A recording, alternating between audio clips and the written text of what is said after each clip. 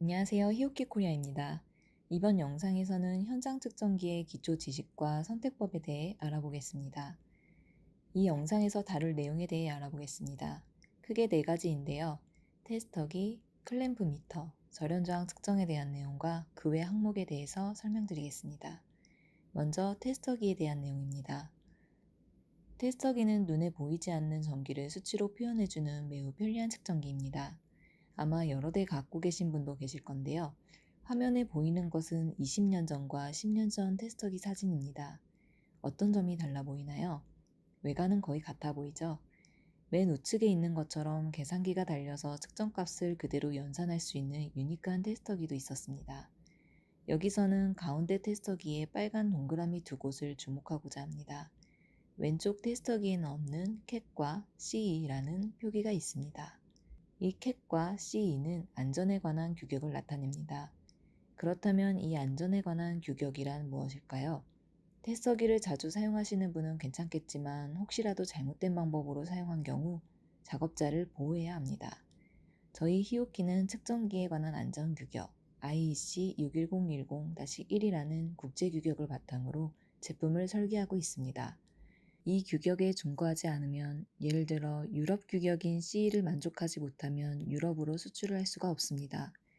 여기서는 안전규격의 세부사항에 대해서는 생략하겠지만 관심 있으신 분은 히오키 코리아의 홈페이지에 사용자 가이드가 있으니 참조해 주십시오. 오늘은 이 중에서 측정 카테고리와 프로브에 대해 설명드리겠습니다. 먼저 측정 카테고리입니다. 측정 카테고리라는 말이 생소한 분도 계실 건데요. 이 말은 같은 전압값이라도 측정하는 위치에 따라 예상되는 위험한 전압이 다르다는 것입니다.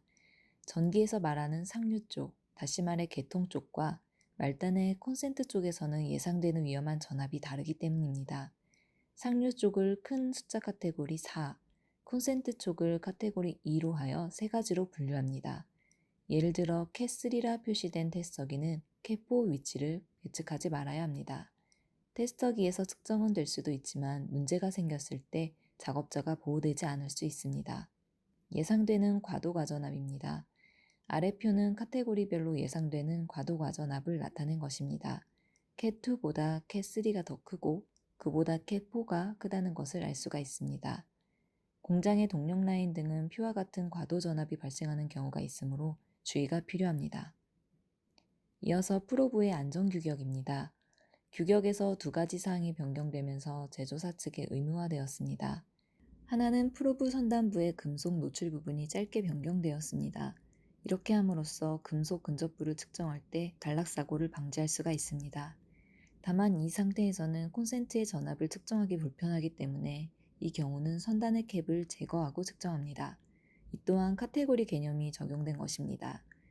그리고 프로브의 전선도 이중피복으로 되어 있어 혹시라도 문제가 생긴 경우 작업자의 감전을 예방할 수가 있습니다. 다음으로 아날로그 테스터기와 디지털 테스터기의 차이에 대해 알아보겠습니다. 테스터기는 표시 방법에 따라 아날로그 방식과 디지털 방식으로 나뉩니다. 이 두 가지 방법은 외관뿐만 아니라 내부도 많이 다릅니다. 아날로그 방식은 지침이 가리키는 표시값을 읽어 판독하는 데 시각적으로 편리합니다. 하지만 눈금이 많기 때문에 값을 잘못 읽을 가능성이 있습니다. 한편 디지털 방식은 측정된 값을 표시하므로 값을 잘못 읽을 일은 없지만 수치가 변동합니다. 최근에는 노이즈 대책이 되어 안정적으로 표시되는 디지털 테스터기도 많이 나오고 있습니다. 게다가 고기능 타입은 전압과 주파수를 동시에 표시하는 등 두 개의 값을 동시에 표시하기도 하는 장점이 있습니다. 일반적으로 디지털 방식이 정밀도가 좋습니다. 이것은 디지털 테스터기의 내부 회로 구성도입니다. 디지털 테스터기는 DMM, 디지털 멀티미터라고도 부르며 이름처럼 다양한 기능을 갖고 있습니다. 전압, 전류, 저항 등의 측정에 사용하는데 그 목적에 따라 테스터기의 내부 회로가 전환됩니다. 예를 들어 전압 측정의 경우 입력 임피던스, 즉 내부 저항이 약 10메가옴으로 매우 큽니다. 또한 전류 계측의 경우 입력 임피던스는 아주 작아집니다. 전압 계측은 저항값이 클수록, 전류 계측은 저항값이 작을수록 정밀도가 높아집니다. 이러한 이유로 아날로그 방식보다 디지털 방식이 정밀도가 좋은 것입니다. 이렇게 디지털 테스터기는 다양한 용도로 사용되는데 잘못된 방법으로 사용하는 경우가 있습니다. 보통은 측정하려는 항목에 회전 스위치를 맞추고 프로브를 측정 대상에 접촉하는데 이 기능을 잘못 선택한 채 프로브를 접촉하면 어떻게 될까요? 예상보다 큰 전류가 테스터기에 흘러들어가 고장이 나거나 혹은 전기 사고로 이어질 수 있겠지요. 이러한 사고를 예방하기 위해 테스터기에는 내부의 손상을 방지하기 위한 보호회로가 삽입되어 있습니다. 대표적인 보호회로는 퓨즈인데 최근에는 퓨즈가 없는 타입도 많아졌습니다. 이 퓨즈를 전력용 퓨즈로 만들어 더욱 견고하게 만든 제품도 있습니다. 요즘 판매되는 테스터기에는 기기 내부의 손상을 방지할 뿐만 아니라 피측정물, 예를 들어 누전 차단기의 트립까지도 방지하는 기능이 탑재되어 있습니다. 이 테스터기는 본체에서 측정 대상을 구분하여 내부 회로를 자동으로 전환하는 똑똑한 제품입니다. 이어서 클램프 미터에 대해 설명하겠습니다. 클램프 미터의 전류 측정 원리입니다. 아시다시피 암페어의 오름나사 법칙에 따라 전류가 흐르면 그 크기에 비례해 자개가 발생합니다. 이 자개를 코일을 사용해 감지하고 전류값으로 표시하는 것이 클램프 미터의 전류 측정의 원리입니다. 우측 하단의 클램프 미터 이미지를 보시면 자기 코어에 감은 코일로 자개를 검출하고 션트 저항을 사용해 전압으로 변환해 이것을 전류값으로 봅니다. 이 방식은 교류 전류만 측정이 가능합니다. 최근에는 태양광이나 배터리 등 직류 전류에 대한 계측도 늘어나고 있는데 직류 전류 측정에는 좌측 이미지처럼 홀 소자를 이용합니다. 이 경우 동작 회로용으로 외부 전원이 필요합니다. 클램프 미터는 전선을 물릴 때 편리해야 합니다. 그래서 사용되는 게 로고스키 코일, 다시 말해 공심 코일입니다. 센서 일부를 자기 코어가 아닌 공심으로 만듦으로써 고무 호스처럼 자유롭게 형태를 바꿀 수 있어 두꺼운 전선도 손쉽게 물릴 수가 있습니다. 다만 로고스키 코일은 수식을 보면 알 수 있듯이 전류 환산에 적분 회로가 필요합니다. 인기리에 판매 중인 3280-10F나 CM3289는 적분 회로가 본체에 내장되어 있어 콤팩트하면서 사용도 편리한 제품입니다. 한편 전류 측정 방법은 단상 2선의 경우 한쪽 선만 물립니다. 두 선을 한꺼번에 물려서 측정하면 자개가 왕복하며 서로 상쇄되어 버려서 0A가 표시됩니다. 다만 누설 전류의 경우는 이 왕복의 밸런스의 차이를 보는데 이처럼 일괄로 물립니다. 이 원리를 응용하여 10바퀴를 감으면 전류값은 10배가 됩니다.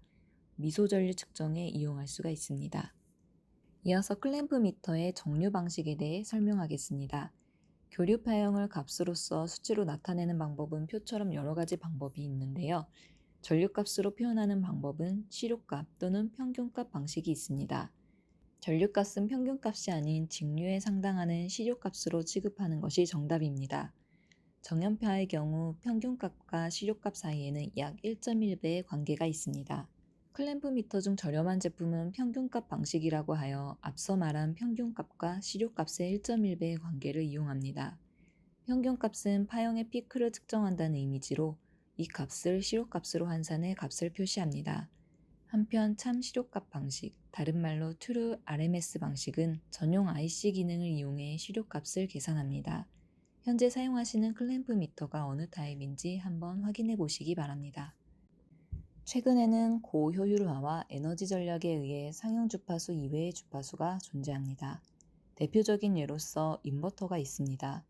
인버터의 2차측 주파수는 모터를 천천히 회전시키기 위해서나 풀 회전하지 않는 경우에는 상용 주파수, 다시 말해 50Hz나 60Hz 이하가 되는 경우가 있습니다. 따라서 사용하시는 클램프 미터가 어느 주파수까지 정확하게 전류를 측정할 수 있는지 미리 파악해둘 필요가 있습니다. 예를 들어 이 클램프 미터의 사양을 보면 최저 10Hz부터 최고 1kHz까지 커버한다는 것을 알 수가 있습니다. 꼭 한번 확인해 보시기 바랍니다. 이것은 실제로 인버터의 전류를 측정한 예입니다. 평균값 방식 제품과 참 시료값 제품은 표시하는 값이 다릅니다.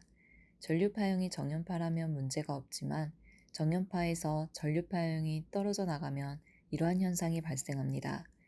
인버터뿐만 아니라 요즘 전자기기는 교류를 그대로 교류전원으로 이용하는 제품은 많지 않고 기기 내부나 AC 어댑터로 직류전원으로 변환하고 있습니다.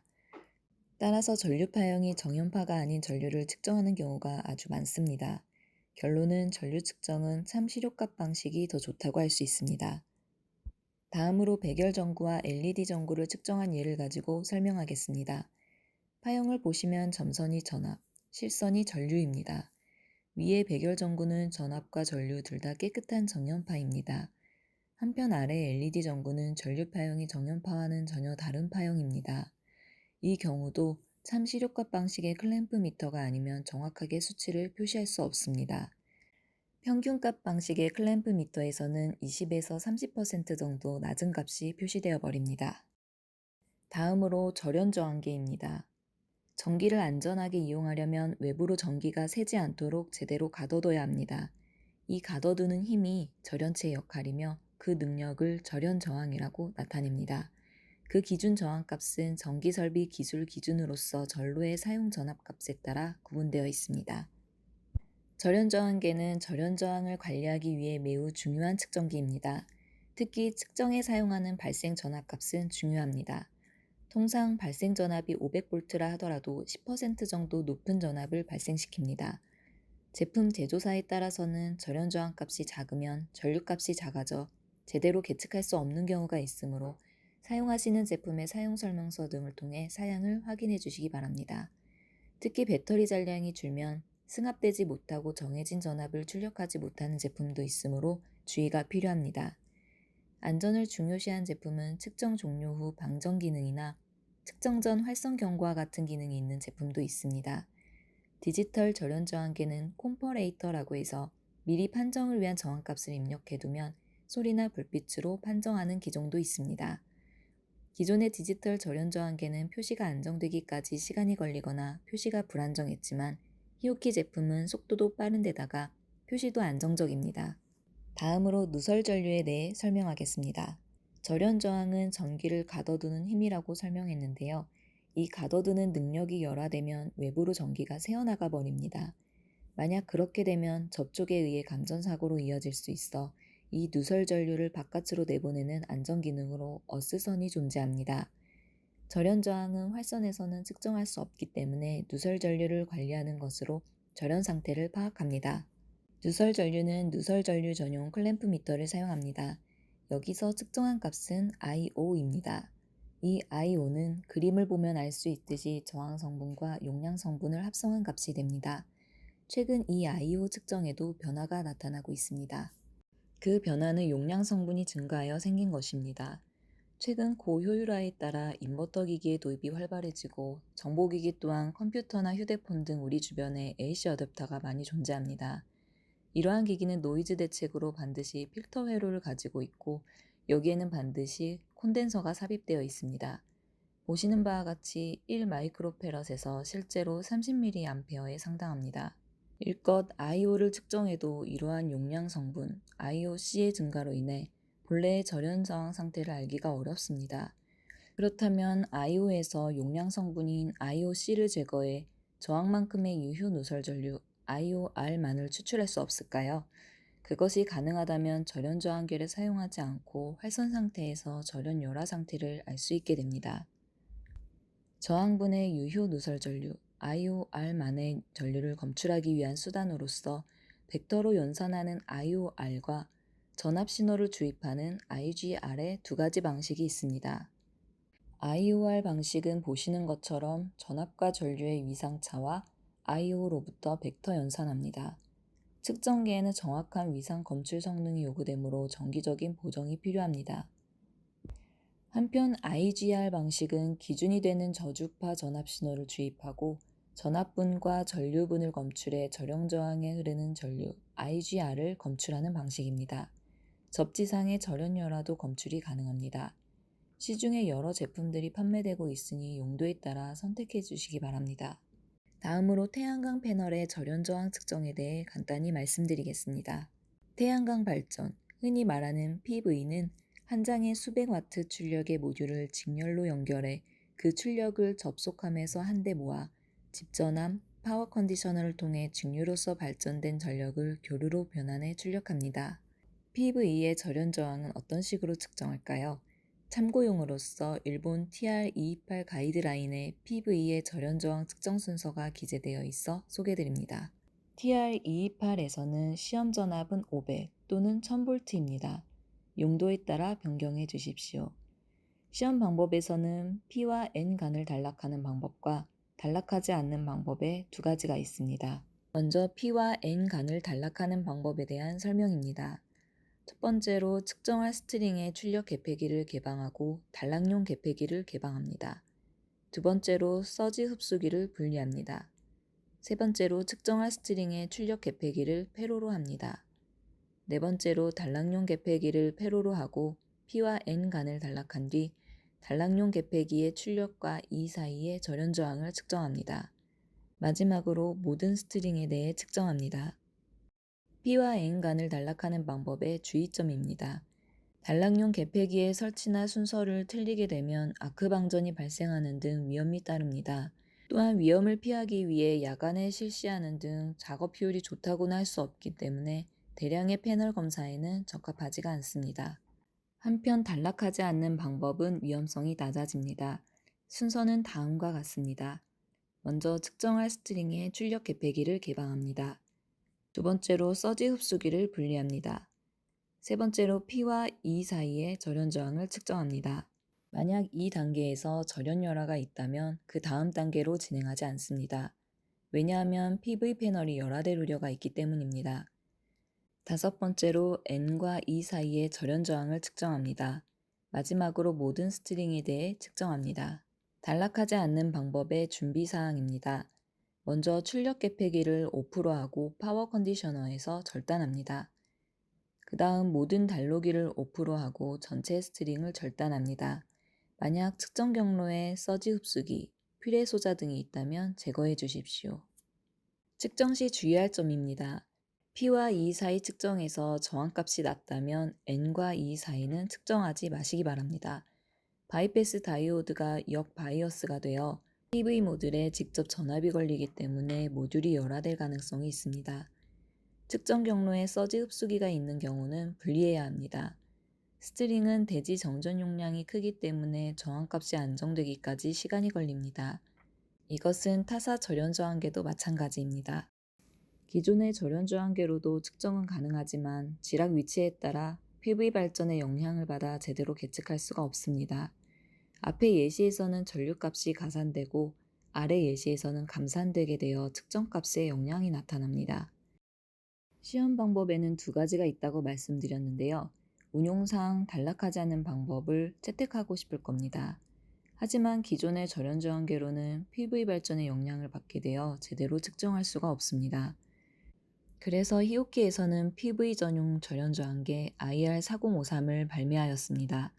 이 절연 저항계는 PV 발전의 영향을 받지 않고 안정적으로 절연 저항을 측정할 수 있습니다. 기타 항목입니다. 조도계인데요. LED가 보급됨에 따라 주변에서 많이 사용되고 있습니다. 이 LED 조명은 기존의 조도계로 제대로 측정하지 못하는 경우가 있습니다. 밝기를 조절할 수 있는 기능인 조광 기능이 있는 LED 조명이 문제인데요. 조광 방식은 크게 두 가지 타입이 있습니다. 먼저 아날로그 방식은 전류를 변화시키는 심플한 구성으로 되어 있습니다. 반면 PWM 방식은 점등과 소등을 제어하여 밝기를 조절합니다. 정확하게 조광을 구현할 수 있다는 장점이 있습니다. 이 PWM 방식은 고속으로 제어되고 있기 때문에 기존의 조도계로는 응답이 따라가지 못해 피크를 끝까지 포착 못하고 낮은 값을 표시합니다. 히오키 조도계 FT3424는 이 PWM 방식에도 대응하는 제품입니다. 이처럼 새로운 기술을 측정하려면 그에 걸맞는 측정기를 선정해야 합니다. 다음으로 안전에 관한 내용입니다. 사용자가 사고 없이 안전하게 측정기를 사용할 수 있도록 제품을 만드는 제조사도 노력하고 있습니다. 그중 하나의 기술이 비접촉 기술입니다. 즉, 충전부에 접촉하지 않고 측정하는 것입니다. 그 대표적인 예가 검정기와 방사 온도계입니다. 최근에는 기술이 발달해 검상기, 전압, 전력으로 비접촉 방식의 범위가 확대되었습니다. 감전사고와 관련하여 사람의 몸에 위험한 전류는 어느 정도일까요? 인체의 저항값은 약 수 킬로옴입니다. 이 표는 의료 관련 자료에서 발췌한 것입니다. 상용 주파수의 경우 10mA 이상의 전류에서 매우 위험한 상태에 빠질 수 있다고 할 수 있겠습니다. 금속 비접촉 기술입니다. 먼저 검전기인데요. 왼쪽 그림처럼 정전 용량이 형성되어 여기에 미세한 전류가 흐릅니다. 이 미소 전류를 검전기 내부에 고저항에 검출해 소리나 불빛으로 출력합니다. 검상기도 마찬가지입니다. 검상에 각각의 전압파형을 검출해 상순을 판정합니다. 단 이 상태에서는 검상 판단은 불가능합니다. 전압계 기능이 있는 히오키 PD3259는 검상 기능도 있어서 검상의 전압도 측정해 표시합니다. 마지막으로 교정과 작업 전 점검에 대해 말씀드리겠습니다. 측정기는 실량기와 측정기 두 가지로 크게 분류됩니다. 여러분이 흔히 사용하는 테스터기나 클램프 미터는 오른쪽의 측정기입니다. 어떤 계측기든지 시간이 지나면 경련 변화가 생깁니다. 일반적으로 저렴한 모델은 변화가 크고 고가 모델은 적다고 할 수 있습니다. 어느 정도 기간을 정해두고 확인할 필요가 있습니다. 이러한 확인 작업을 일반적으로 교정이라고 부릅니다. 원래는 관계를 확인하는 일련의 작업이라는 의미입니다. 한 가지 유념하셔야 하는 것이 교정에서 만약 결과가 NG라 하더라도 조정은 포함되지 않는다는 것입니다. 조정과 교정은 별개의 작업입니다. 예를 들어 히오키에서는 조정 전 교정 결과가 규정 내에 있더라도 최종적으로 조정을 실시한 후 교정하는 조정 포함 교정이라는 서비스가 있습니다. 또한 정확도라는 용어도 기억해 주시기 바랍니다. 일반적으로 성능은 정밀도라고 흔히 표현하는데 이 정밀도는 기종에 따라 각각 다릅니다. 한편 정확도는 같은 제품 모델명이라면 같은 성능을 지니므로 사용설명서의 사양에는 정확도라고 기재하고 있습니다. 정확도 표기에 대한 내용입니다. 대표적으로 풀스케일, 리딩, 디지트로 표현됩니다. 풀스케일은 이름 그대로 레인지의 최대값을 말합니다. 아날로그 기종에서 많이 사용됩니다. 한편 디지털 기기의 경우 리딩 플러스 디지트로 표현됩니다. 리딩, 즉 읽는 값, 테스터기에 표시된 그 값에 대한 퍼센트입니다. 디지트는 최소 분해능, 즉 최소 자릿수 몇 카운트인지를 의미합니다. 리딩과 디지트를 더해서 정확도로 봅니다. 그렇다면 측정기 단품이 아니라 클램프식 전력계처럼 본체와 센서를 조합해서 사용하는 제품은 어떨까요? 사양을 보면 본체 플러스 센서의 정확도로 표시되어 있습니다. 따라서 사용할 센서의 정확도를 가산해서 계산합니다. 이처럼 본체와 센서로 따로 규정되어 있는 경우 어느 본체에 어느 센서를 사용해도 그 성능을 발휘할 수 있습니다. 즉, 어떤 조합으로 하든 자유입니다. 한편 센서를 포함해서 정확도가 규정되어 있는 경우는 본체를 선택할 수 없습니다. 교정은 주기적으로 실시할 필요가 있습니다. 일반적으로 제조사가 권장하는 기간으로 교정을 실시합니다. ISO 9001에서는 소급 가능한 측정 표준으로 교정해야 한다고 권장하고 있습니다.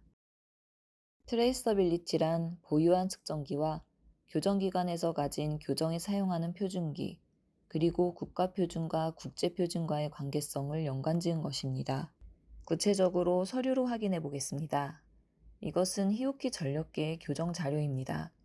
교정증명서는 교정에 사용한 표준품, 이 기기를 사용해 교정을 했습니다 라는 내용이 기재되어 있습니다. 그 교정 결과가 검사 성적서입니다. 트레이서빌리티는 교정에 사용한 표준품은 그 상위 교정기에 의해 교정되어 나아가 그러한 관계가 최상위 국가표준과 국제표준으로 이어진다는 것을 나타냅니다. 대부분의 제조사에서는 이 교정 서류는 교정요금과 별도 요금을 받으므로 교정을 맡기기 전에 확인이 필요합니다. 예를 들어 테스터기를 교정할 경우는 교정기로 고정밀도 멀티미터를 사용합니다. 그 멀티미터에 표시된 값과 테스터기의 값을 비교해 교정을 실시합니다. 또한 절연저항계 간이 점검으로써 아날로그 테스터기를 이용할 수 있습니다. 아날로그 테스터기의 내부 저항은 정밀도가 좋으면서 20kV/ohm 제품이라면 500V 절연저항계 인가에서 10메가옴이 표시되는 것을 확인합니다. 제품을 안전하게 사용하기 위해 작업점 점검도 빼놓을 수 없습니다. 테스터기는 프로브와 퓨즈의 단선, 클램프 미터는 센서의 이음새 부분을 확인해 주시기 바랍니다. 여러 차례 열고 닫다 보면 아무래도 이 이음새 부분이 열화되기 쉽습니다. 부하나 누설 전류를 제대로 측정하려면 RMS 마크가 붙은 제품을 사용하십시오. 절연 저항계의 작업 전 점검은 특히나 중요합니다. 프로브가 단선되면 모든 검사 결과가 패스가 되며 배터리 잔량에도 주의가 필요합니다. 검정기는 사전에 동작 확인이 필수입니다. 이번 영상에서는 현장 측정기의 기초와 선택법에 대해 알아보았는데요.